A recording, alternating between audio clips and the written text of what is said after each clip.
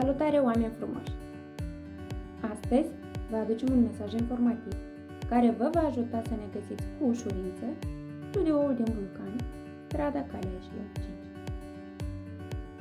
Dacă sunteți pe această stradă, ne găsiți astfel.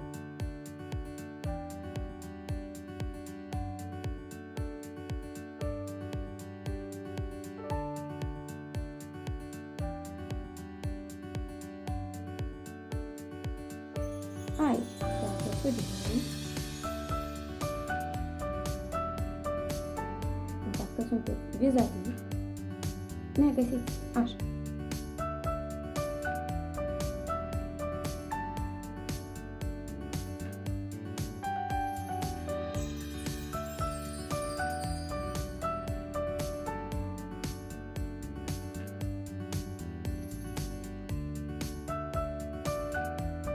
Acum vom traversa prin trecerea subterană.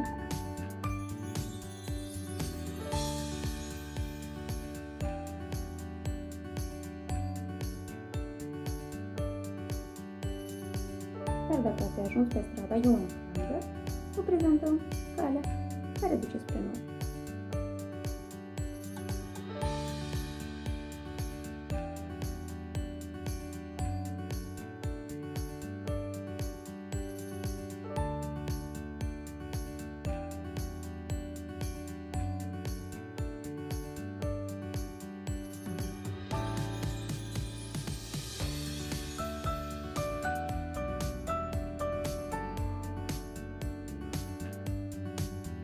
Aici puteți veni pentru a folosi timpul util, frumos, dar totodată și pentru a le economisi, deoarece facem manicura și pedicura concomitent.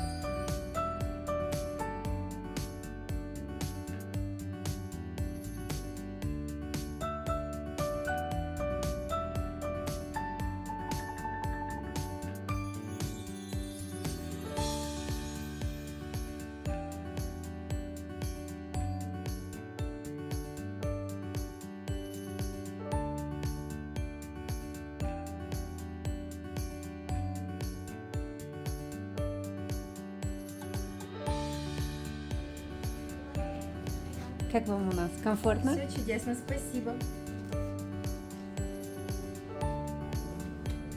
La noi este extrem de bine, foarte frumos, dar totodată suntem și în siguranță. Vă așteptăm în fiecare zi